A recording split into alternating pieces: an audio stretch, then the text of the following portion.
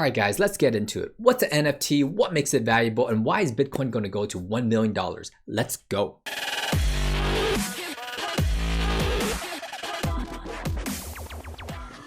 you haven't seen my other video explaining NFTs, I'll put a link down below. On a technical level, there's three things: is indivisible, indestructible, and verifiable information on the blockchain. Personally, I believe there's a lot of reasons that make NFTs very valuable, but let's just talk about three. Number one is if they're rare, right? If there's one of 10, there's people putting out 200, 300 NFTs, and that might dilute the worth of your NFT. Number two, the blockchain data itself gives so much endless possibilities. If you're a musician, if you're an artist, if you're a YouTuber, a media personality of any kind, you can create an NFT where you have revenue sharing and royalties for perpetuity. No matter if it's sold to one buyer or the next or 1,000 others, you'll get a piece of that pie forever. You can do that in real life, but it's a lot easier with the ledger inside of a blockchain. And number three, I think the real world applications provide so much value to NFTs. If you don't know what I mean, Gary Vee just talked about what if Chipotle came out with a golden burrito NFT. When there's an NFT chip for Chipotle and it's a golden burrito, and if you have it, you get free for life, that's utility. If you collected that one of 1 or 1 of 10 golden burrito, you get burritos for life. How valuable would that be for you? Let me tell you this, I love burritos. I pay up to $10,000 for that. That's just one example that hasn't happened yet. But in the real world, there are use cases for NFTs in the real world today that has already been sold. There are musicians out there today who offered up an NFT where if you bought the NFT, you have unlimited backstage passes with that artist. For one lucky fan, that's the ultimate collectible. Which brings up the point, is that going to phase out collectibles like my 1 out of 1,500 pink Batman that I got from New York Comic Con? And their answer is no. They're going to collectively, integrate together, hopefully. Let's say Funko and New York Comic Con got together, offered up this real world, physical, tangible asset of funny, I called it an asset, of a pink Batman, and also offered you the digital NFT version as well. Within the digital NFT version, you can unlock the code that provides you forever discounting on future Comic Cons or forever discount on future Funko items. How much would that be worth to you? Well, this pink Batman's worth $700, so it better be worth more than that. That's all I gotta say. Funko, New York Comic Con, you wanna hire me as a consultant? Let's talk. I got ideas for days is what I'm trying to say. Those are bars. I'm pretty much just rapping right now. I'm flowing.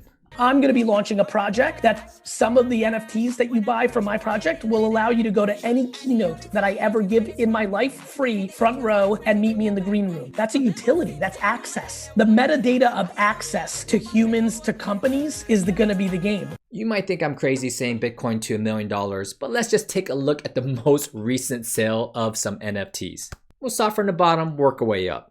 Most recently, I don't think it's sold yet, but Jack Dorsey has put up his Twitter, his first ever Twitter for sale. And the auction is already at $2.5 million for a tweet. Next up, we got Logan Paul, who offered up 5 digital artworks of himself and some Pokemon art, and that has already sold for about $3 million. No free burrito, no Comic-Con discounts, just a digital picture that you can screenshot from your laptop. Next up, we got musicians like 3Loud, Steve Aoki, and Shawn Mendes himself that's offering and already sold their own NFTs. 3Loud is one of the first EDM artists to sell his online album as an NFT and made over $11 million with it. After hearing that, I scrambled to buy one of my most favorite EDM artists, NFT, Steve Aoki. And the reason I like him is because, he had the song Mic Drop with BTS. That was a bop. I missed the boat, I missed the auction, and I saved myself some money because a lot of his items were very, very expensive. He sold a little fluffy rotating ball. I'll put it up somewhere for over $2,500 a piece, and he sold like 300 of them. And there's another wearable collectible. He sold 500 of them, I think for $5,000. Thankfully, I missed that auction or I would have been $7,500 in the hole. However, those NFTs could be worth $10,000 now. Who knows? I might have missed the boat. And just today, CNBC just announced that Christie's, the luxury auction house, has sold the most expensive NFT art ever. $69 million for Mike Winkelmann's artwork. The work is called The First 5,000 Days. I'll put a screenshot of it somewhere. Basically, he created digital artwork from 2007 every single day until today, 2021. So he definitely put in work. He definitely deserves some money. $69 million though, that's a lot of money. If you thought BTC had over 10,000 and 100,000% growth from zero to what it is today, about $58,000 today, what does that mean for NFTs? Where one person has created digital artwork where you can't even touch that just sold for $69 million. It almost looks like Bitcoin's being overshadowed by his little brother. Bitcoin's looking cheap right now at 58,000. Let me tell you that right now. Which brings us to number 3, why Bitcoin be worth at least $1 million. But not only that, why Bitcoin is the ultimate NFT itself. We don't have to get into the 1, 2, 3 reasons. The reason's fairly simple, right? Everyone can see it. Blockchain itself, NFT itself, is based off of the granddaddy Bitcoin. NFTs is just a derivative of the blockchain technology. Instead of buying the derivative, the copies, why don't you just buy the original artwork itself, Bitcoin? Let's put some angelic music here so that everyone can, admire that. No unlimited burritos, no EDM backstage passes, and no unlimited access to, to future albums or Comic Cons or things of that nature. But you know what Bitcoin will give you? The buying power for all of the above. You're not going to spend $1 million on Chipotle. Let me tell you that right now. You're not going to spend $1 million on Funko Pop collectibles. You're not going to spend $1 million going to backstage passes with famous artists. What we all have to do is skip the line and just buy Bitcoin. Which reminds me that this is not financial advice. I'm not a financial advisor. I'm just some dude on YouTube documenting his journey to retirement, which is, like 8-10 years away. Some might say that Bitcoin's not rare because there's already 18.5 million Bitcoins that are mined already. You might say there's only one golden burrito by Chipotle or one work of art by Beeple. However, that's not true. Beeple has a lot of work of art. I would argue that even at 18.5 million Bitcoins mined, that they are super rare. There's about 46.8 millionaires in the world today, which means that only 40% of the millionaires will ever get to own one Bitcoin. Full disclosure, I don't have a full Bitcoin, but if I did, and you won from me and you're a millionaire, I'm going to sell it for a lot more than $1 million. I'm telling you that right now. Back on track. What I'm trying to say is that out of those 46 million millionaires, 10% are Asian. Have you seen the Bling Empire? Do we like to show off? Absolutely. If you walked into a party and said you had half a Bitcoin, you would be laughed at. You need one full Bitcoin. And even that is laughable. That's like walking in a Bling Empire saying you have one house, one car, one Lamborghini. No, that don't work. I mean, what is more rare than the catalyst of the disruptor itself of all financial institutions? Bitcoin. To me, that's art. To me, that's music. To me, you know what? I hope no one watches this video so I can just get a little bit more while everyone just goes buys tweets and everyone goes buy artwork and everyone goes buy golden burritos. What's interesting about the $69 million auction at Beeple's, they said that 91% of the bidders are new bidders at Christie's. They never even seen or heard of them before. 2/3 of them are millennials. The new generation barely steps foot into a bank. It's old, it's inundated, it's slow.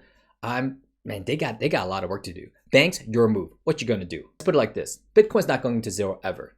People might not even value it like gold, right? Definitely not a currency. But as an NFT, it's the ultimate NFT. We know that the halving itself is going to bring Bitcoin to $1 million. In 20 years from now, it's going to go from 50 to 100, 200, 400, 800, 1.6 million by 2044. The halving is going to bring down the supply, demand's going to go up.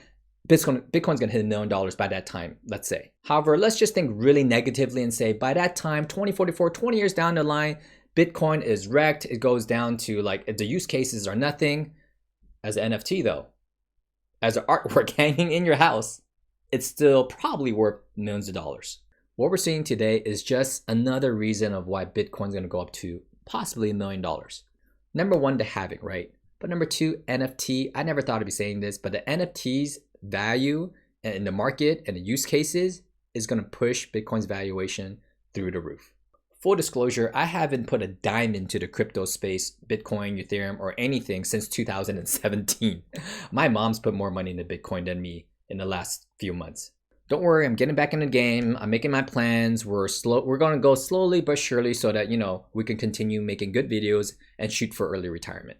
We're so early. We're at the peak of the iceberg. We really want to see how this intersects with the FIRE journey, how to smartly invest with this, how to dollar cost average. And I'll do a video on that coming up next, how dollar cost averaging Bitcoin compared to an index might look like. I did a projection of that in my previous video, but we're going to get more in depth and more granular and talk about how to do it actually. We'll talk about what platforms, interest rates compared to f.I.r.e. journey strategies. We'll look at all that. Really, what I really want to share is how blockchain technology, cryptocurrency, investable assets on the blockchain really intersects with people in the f.I.r.e. journey who invest into traditional platforms and assets. We live in a world where both is going to thrive. It's here. Coinbase is going IPO. If you didn't see the interview with Meet Kevin and the CEO of Voyager, he made a very, very interesting comment. And the comment just states that Coinbase is going to IPO, something that we know already. They're valued at over 100 billion and they're going to be scrutinized by the SEC. Not saying that public companies cannot scam people, because there's plenty of public companies that can scam people. What I'm just trying to say is that we're moving in the right direction. Public companies have to be transparent, how they invest, what they do. I mean, if you say a tweet wrong, like Elon Musk, that cost them $20 million.